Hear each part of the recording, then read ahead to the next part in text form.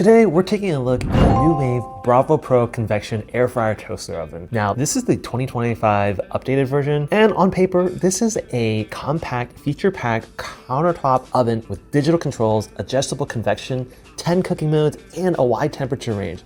But after running several tests on toast, pizza, and air frying, there are several important things you should know before deciding if this is the right oven for your kitchen. Let's start with toast, because this is where I immediately noticed some quirks. Right out of the box, the default toast settings runs a little bit hot.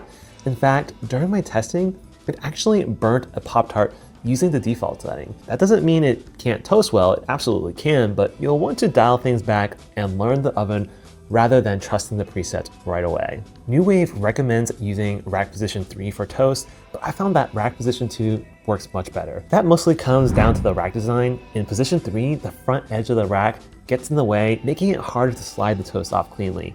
In position 2, it's much smoother and more natural. Speaking of rack positions, while there are only 2 physical rack slots, the rack itself can be flipped to create 4 official rack positions. This adds flexibility and is very similar to what I've seen on other convection ovens, like the Cuisinart. And on that note, if you're deciding between these two, I did a full side-by-side comparison of the Nuwave and the Cuisinart.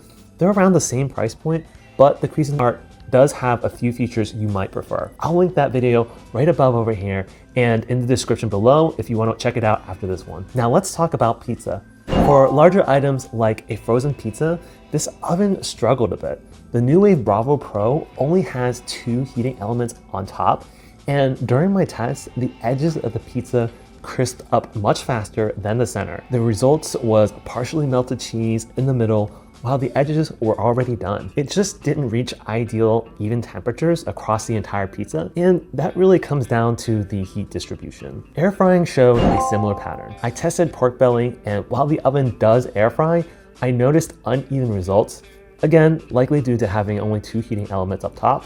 And the air fry basket legs also aren't as long as I'd like, which limits airflow underneath the food. That said, there is one thing I really appreciate about the basket design. It sits directly on top of the drip tray, which makes it much easier to remove the entire setup and move it to a countertop without worrying about grease dripping onto the heating elements or in your kitchen. From a cleanup and safety standpoint, that's a solid design choice. A few other usability notes worth mentioning. There's no interior oven light, which makes checking food harder without opening the door.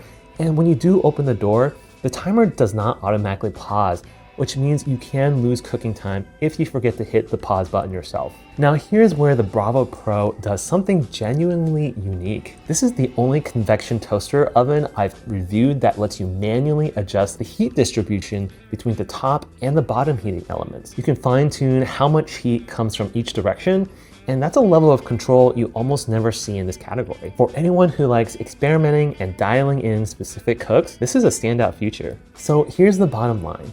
If you're looking for a smaller, more compact countertop oven that doesn't take up much space but still gives you multiple cooking modes and a high level of customization, the Nuwave Bravo Pro could be a good fit.